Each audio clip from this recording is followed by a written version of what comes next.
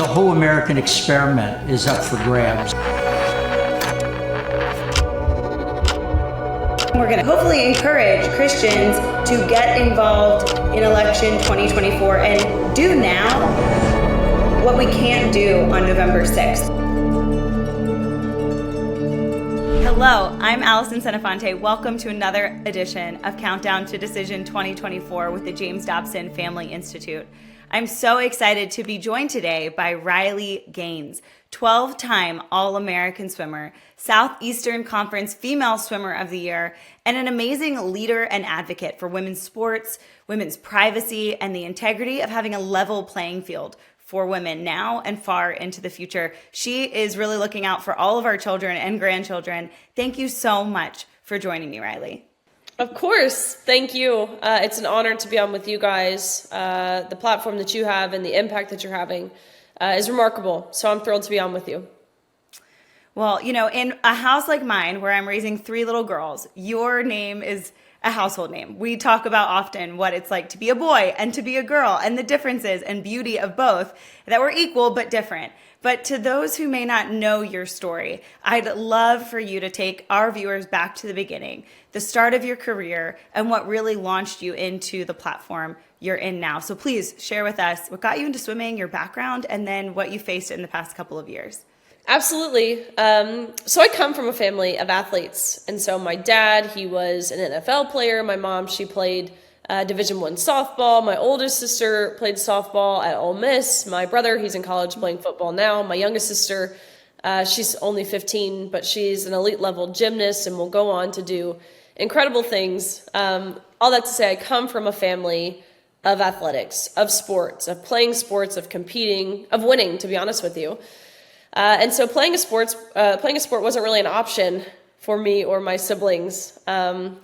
I started swimming when I was about 4, graduated when I was 22. So, I mean, I really dedicated 18 years of my life to my sport, which parents listening to this, grandparents listening to this, maybe former athletes yourself, you know what this is like, right? You know the time, you know the hours, you know the dedication, the sacrifices that you have to make to compete at, but ultimately be successful at the highest level. I was no different, right? You don't get to go to prom. You don't get to have sleepovers on Friday night because guess what? You have practice at 6 a.m. on Saturday morning. You don't get to go on family vacation. No, none of that. But I was willing to do that because, again, I knew I had to. I was very fortunate to be pretty heavily recruited. Truth be told, I could have gone anywhere in the country that I wanted to go to continue pursuing my athletic dreams and continue further my academic career. And so I ended up choosing the University of Kentucky, which there really could not have been a better place for me. This is ultimately when I won my first individual SEC title. This is when University of Kentucky won its first ever team title in program history. And ultimately, my junior year, I ended up placing 7th in the country, which I was proud of, right? To be top 8, you're an All-American. It's a pretty high honor. But I knew I was capable of more. I didn't go my best time. And so it was really right then and there that I placed 7th in the country my junior year, that I set a goal for my senior year to win a national title, which would, of course, mean becoming the fastest woman in the country. And so senior year rolls around, and I'm right on pace to achieve this goal. About midway through my senior year, I was ranked 3rd in the country, trailing the girl in 2nd, a girl I knew very well by a few 100ths of a second. But the person who was leading the nation, by body lengths, might I add, was a swimmer that none of us had ever heard of before. Not me, not my coaches, not my teammates, not my family, not my other competitors, none of us. And this is the first time we became aware of a swimmer named Leah Thomas. There were a lot of red flags at the time.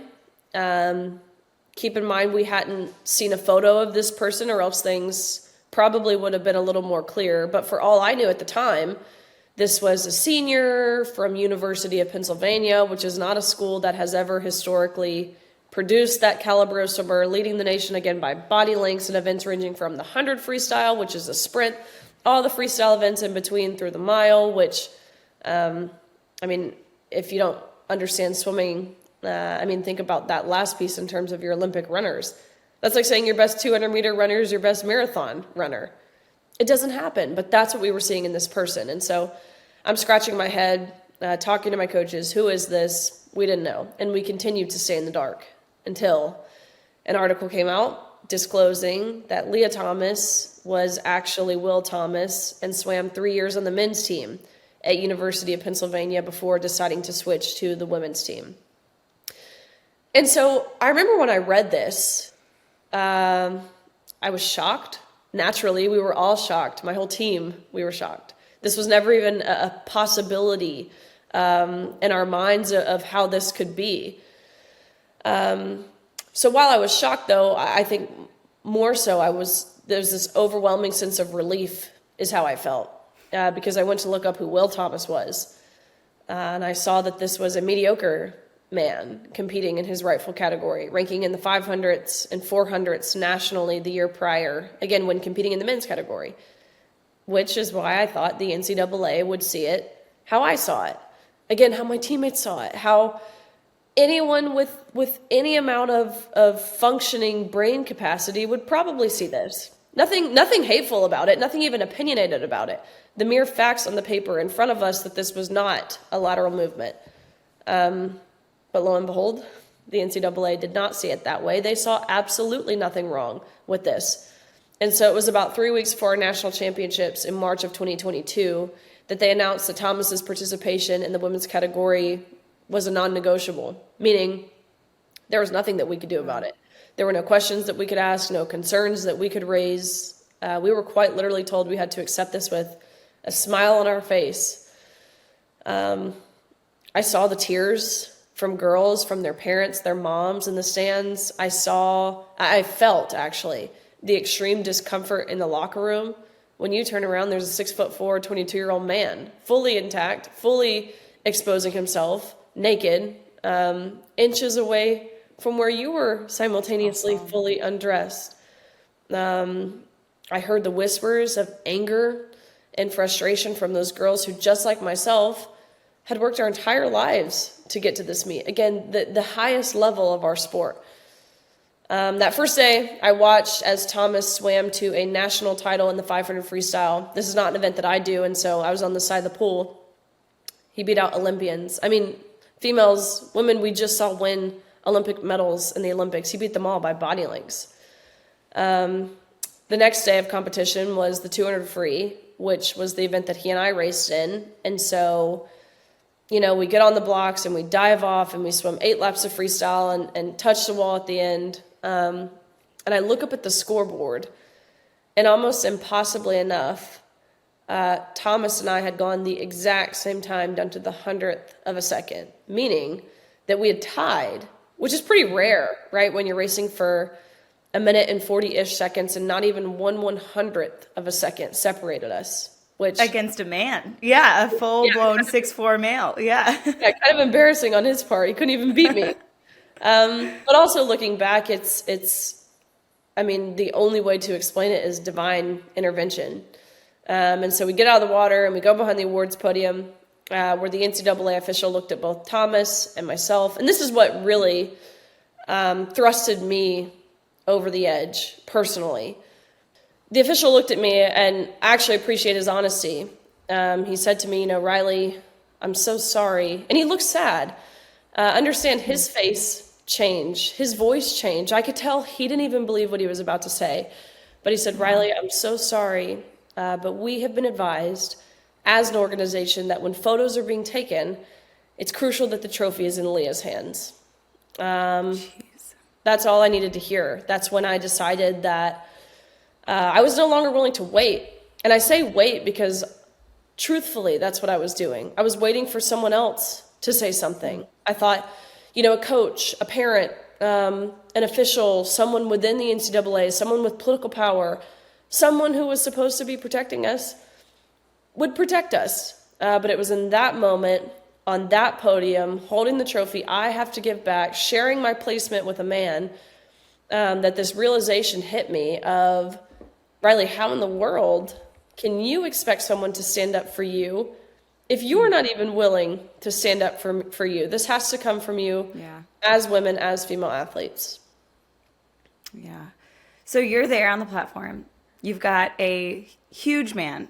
I mean, if anyone's seen a picture of Will Thomas, Leah Thomas, tall man. He was 400th at UPenn, but now he's number one in the women's competition.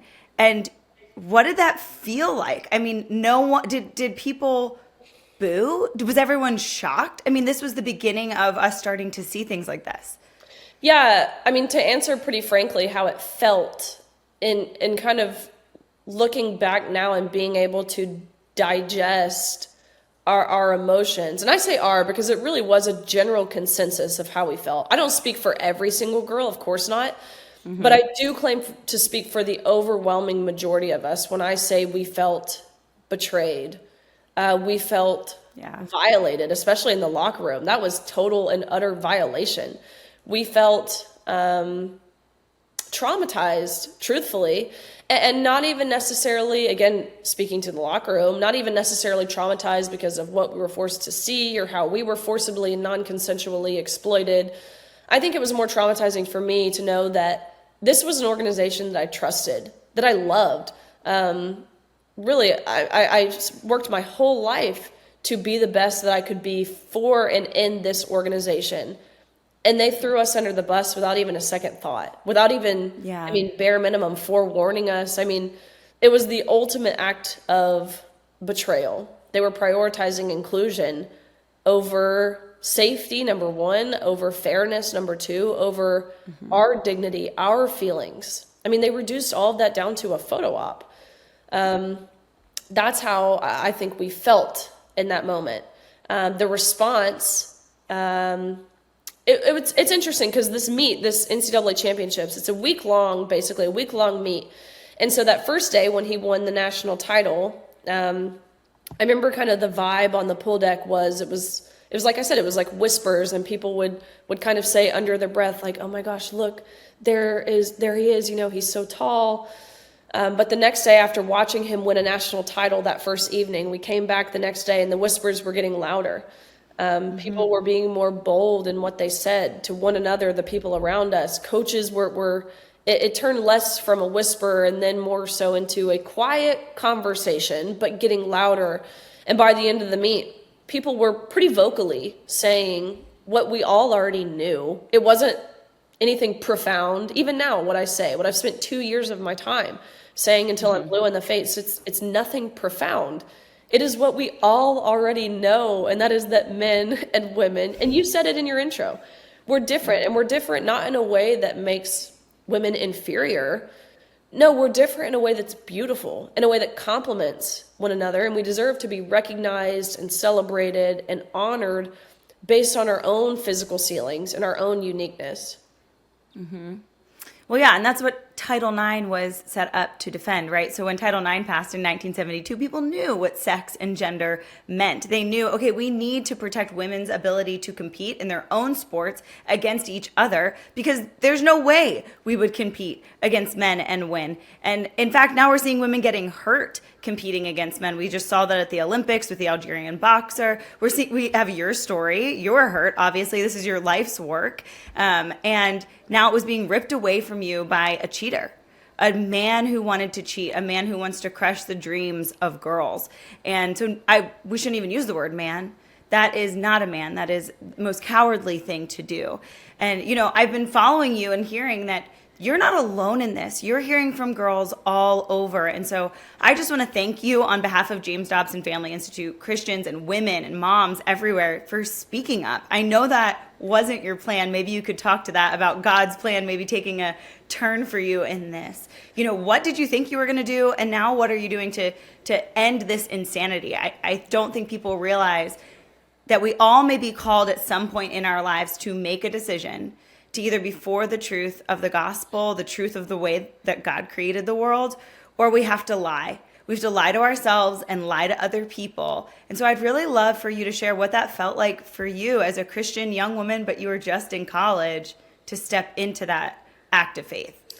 Yeah, it's been a whirlwind to say the least. I mean, you hit the nail on the head. This is never something that I sought after. This is never something that I wanted. Even still, this isn't something that I want. You have to be clinically insane to want to be fighting this fight, to want to take the arrows that I find myself taking daily. But nonetheless, it is worth it. 10 times out of 10, it's worth it. But I was in dental school after college to be a dentist, actually set to specialize in endodontics, which is root canals, weirdly enough. And it took me a while to really lean in, right? I grew up a Christian, and so, church every Sunday morning, Sunday night, Wednesday night. I'm very, very grateful for that foundation now, especially as I've gotten older into the real world and have a better understanding, spending more time in scripture and prayer with people who are anchors in my life, strong in their faith around me. I understand it more now, but it took me a while to really lean in to that. To be receptive to hearing the knock on the door and then allowing myself to open that door. Because again, not what I wanted.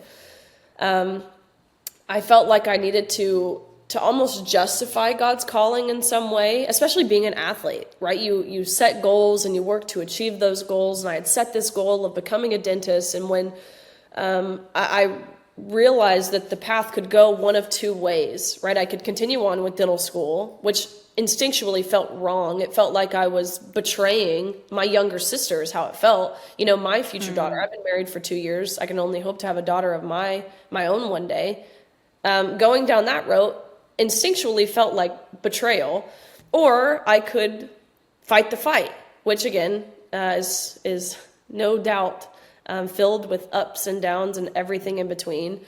But in justifying his calling, I now say I am still working on getting to the root of the problem coming out of people's mouths. So it's basically like still a root canal. Yeah. I love that. Yeah. And to really quickly address your point, because I think it's important, people hear the story. It's become seemingly well known of Leah Thomas, right? The man who was less than mediocre competing against the men, who switches to the women's side to become a record smasher. That story is well known, but that same story, the same premise, because it is every time it's the same basically, where a less than mediocre man switches to the women's side to excel. It's happening every level, every state, every division, every sport. So the NCAA doesn't stand up for you. Your university doesn't stand up for you. The adults in the room don't stand up for you. So what were the intimidation tactics like? I mean, what is the response when you're like, hey guys, this is wrong. This is not okay? It's probably, I'm sure a lot of listeners, viewers, I'm sure they have seen it in their own lives. What we faced is effective emotional blackmail. We were told you'll lose all your friends, you'll lose your scholarship, you'll never get a job, you're gonna, Riley, you want to be a dentist, no grad school will ever accept your application, will ever allow you into their school because you'll be a transphobe. And you don't want that, do you? No, I suggest you be kind and I suggest you be inclusive. They even went as far to, I had to go to sensitivity training and these education sessions to learn about how my cisgender status was oppressing people who weren't cisgender, as if that's even a real term. LGBTQ education meetings, and we were told that we were the problem if we weren't okay seeing male genitalia. They even went as far to tell us that we would be equivalent to murderers if we spoke out, because we would have blood on our hands. We would have blood on our hands. Someone could inflict some sort of self-harm, and it would be our fault. And then they would follow up and say, well, and you don't want that, do you? You don't want to be a murderer. No, I suggest you be kind, and I suggest you be inclusive. But believe it or not, it works. It works when you're talking to a bunch of 18, 19, 20-year-old girls, telling them they're going to be murderers. Who would want that? Of course not. Yeah. Merely for advocating for fair play and privacy in areas of undressing. Yeah. And it seems like we have this, societal epidemic now of young people who have decided, I was born in the wrong body and I'm going to do everything I can to change that. So for our viewers who aren't aware, this is something that our generation and younger is facing in droves. We have boys saying that they want to be girls and medically castrating themselves. We have girls saying they want to be boys and removing perfectly healthy breasts to change who they are, to fit some idea that they have in the middle of sometimes gender dysphoria or confusion or abuse. And instead of actually meeting people where they are and honoring who God made them to be and helping them walk through puberty to the other side, because studies show they'll be okay and they will realign and be okay with their gender, the adults in the room, the medical entities, the universities, corporations are all saying, no, we will absolutely help you medically mutilate yourself. And so this idea of diversity, equity, inclusion, Riley, lean into that, explain to our viewers how that's impacting the grownups in the room who should be looking out for the innocence of minors and are instead looking at profit and this progressive narrative. Of course, I think it's important how you mention profit, how you mention the dollar signs, because that's what this is. That's what the medical field sees this as. Again, that's what corporate America, we see ESG scores. We see companies even like, your all-American companies like John Deere and Tractor Supply and even Harley Davidson, who you would never, ever in a million years think would lean into the DEI initiatives and funding the Trevor Project and different things. Well, they are. And it's because they receive federal funding if they do. That's what drives, I believe. From a worldly perspective, above anything, I think what we're seeing is spiritual. But from a worldly perspective, the derailing, really, of society, of virtue, of morality, of humanity. It is. It's the sheer essence of humanity, man and woman. Hate to break it to every single person on this planet, every single person listening to this, every single person on this planet. You're all here from man and woman. And we're being asked to deny that. That's as if we're being asked to deny that the sky is blue. Actually, better yet, not even being told to lie and say that or to deny that the sky is blue, but being asked to lie about it and say that it's purple or else.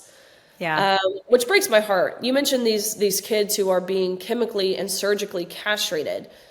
And in a lot of cases, these kids are victims too, which is why I think it's important as Christians, as everyday people, but especially as Christians, we handle this topic with grace, of course, with compassion. We don't let them contort the word compassion how they want to contort it. Right. I heard in my sermon just maybe 2 Sundays ago, it really struck me. My pastor said, you lead with grace and you land with the truth. And I started thinking of accounts in the Bible where we could see this, right? How does this kind of relate to a Christ-like life? And I thought of 1 John, where there's the adulterous woman. It was punishable by death. And so she's brought before the soldiers. Jesus shows up and he says, those without sin cast the first stone, to which, that's his perfect display of grace. No one is able to do so. But then at the end of this conversation, at the end of every encounter in the Bible with prostitutes and tax collectors and sinners, every account, Jesus says, now go and sin no more. And that is him landing with the truth. Again, something I think all of us, including myself, can learn from and live by. I think you said something really profound there, and you've done a great job at this, Riley, to show compassion, to show love to the enemy, right? As Christians, I've never heard you speak poorly of Leah William Thomas. I've never heard you speak poorly of anyone struggling with your sexuality. And that's what we should do as Christians. We should love them enough to say, hey, I love you. I want the best for you. I want God's best for you. And that's going to be becoming and growing into who he made you to be. Get out of my pool, though, because I can't beat you in a race. That's fair. There is a fairness issue. So with the sense of urgency to create a level playing field for women once again, and the love and compassion of like, hey, I don't want to lie. I've actually been commanded not to lie. I can't lie to you. I can't lie to me and others about biological reality.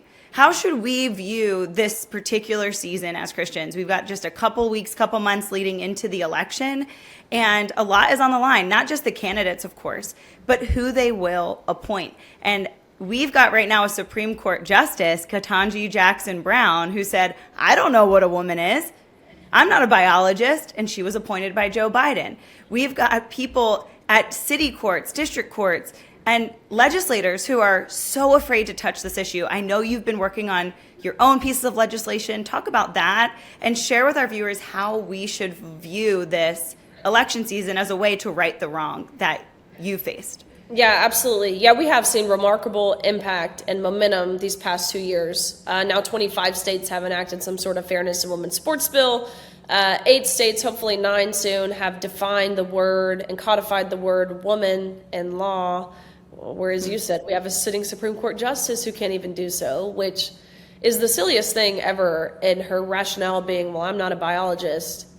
Guess what? I'm not a veterinarian, but I know what a dog is. That's the stupidest thing I've ever heard in my whole entire life. All of that to say, we have seen some radical and, again, severe harmful attacks from the people who are in the White House right now, abolishing sex-based protections, basically saying, I mean, the message that I've received loud and clear is that we're not worthy. We're not worthy as women, as female athletes, your daughters. They're not worthy of safety, privacy, protection, equal opportunities, maintaining their dignity. They're not worthy of that. No, they exist to validate the feelings and the identity of a man. You hear it every single election season, where people say, you know, this is the most important election of our lifetime. And granted, I'm only a young 24 years old, but and I haven't been overly tuned into politics for much of my life, as most 24-year-olds are.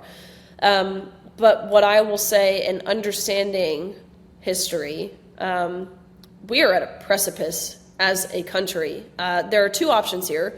One is America first. The other option is America last. One is wanting secure borders. One wants closed or open borders.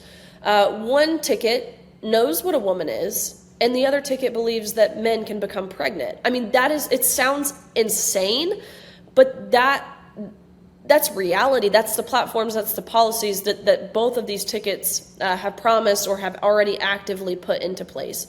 Therefore, it is imperative that we as everyday people, maybe people who have considered themselves previously apolitical, who haven't voted before, who maybe people who hate Trump, people who, regardless of any identity factor, really, it is imperative that you get out and vote. I'm not even going to tell you who to vote for. I believe, as a Christian, that the option is very clear. Forget conservative values. For Christian values, the option is very clear. No one is perfect. No ticket will ever be perfect.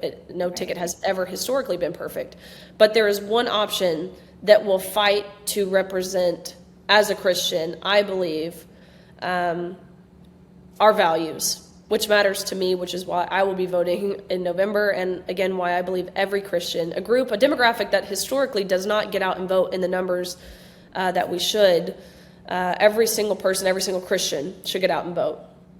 Yeah, that's powerful. Well, thank you so much, Riley. I know everyone listening who either is a woman, knows a woman, is a mom, a grandfather, a parent. This is an issue we all have to take seriously, because I think truly, like you said, we're on a precipice. And over the next 4 years, there could be a lot of changes where our girls can never compete and win again. And that is not the America that we want to see. We want strong, amazing women like yourself, leading in their areas of interest, following God's call in their life, giving their talents over to Him. And we're so grateful that you've used your talent and your time for Him and the way He created the world. So we're with you in that. Thank you on behalf of Dr. Dobson and James Dobson Family Institute. And we will continue, guys, on these episodes sharing with you the truth of what's going on in the news and how you should be thinking about it as a Christian. Thank you, Riley, and thank you all for joining us. We'll see you on the next edition of Countdown to Decision 2024.